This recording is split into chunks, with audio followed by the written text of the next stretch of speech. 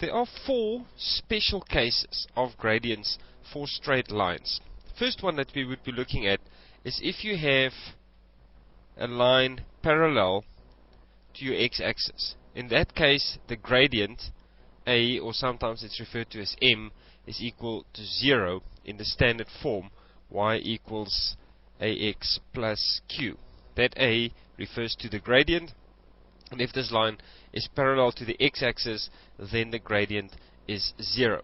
If you have a line exactly perpendicular to the x-axis or then parallel to the y-axis, then the gradient does not exist. It doesn't have a gradient.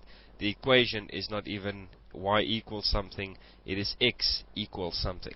That is the equation of a line parallel to the y-axis or perpendicular to the x-axis.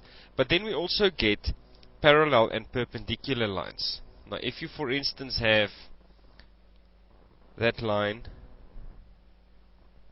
and that line, and these two lines are parallel, their gradients would be the same. So whatever the gradient of the one is would also be the gradient of the other. That's a property of parallel lines. You can take it as is. You don't have to worry about it. You can just use it.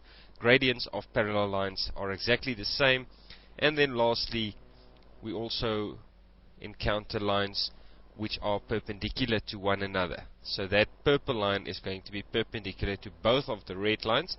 But let's just assume we are working with one of them. So for in case, let's say the one red line has equation y equals, let's say, 2 over 3 x minus 1.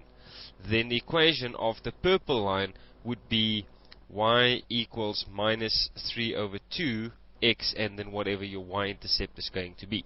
Now look carefully what happened to the gradient. We took the fraction and we swapped the two terms around. Numerator became the denominator and vice versa, and since it was a plus, the sign also changed. So perpendicular lines are inversely have the inverse reciprocal property, where the gradient, the fraction of the gradient, is swapped over and the signs are changed. And then also we have a mathematical equation for this, which says that m1, or as it sometimes is referred to then these days as a1, the gradient of one of the graphs, times by the gradient of the other graph, will give you minus 1, is the property. That is the distinctive property for perpendicular lines.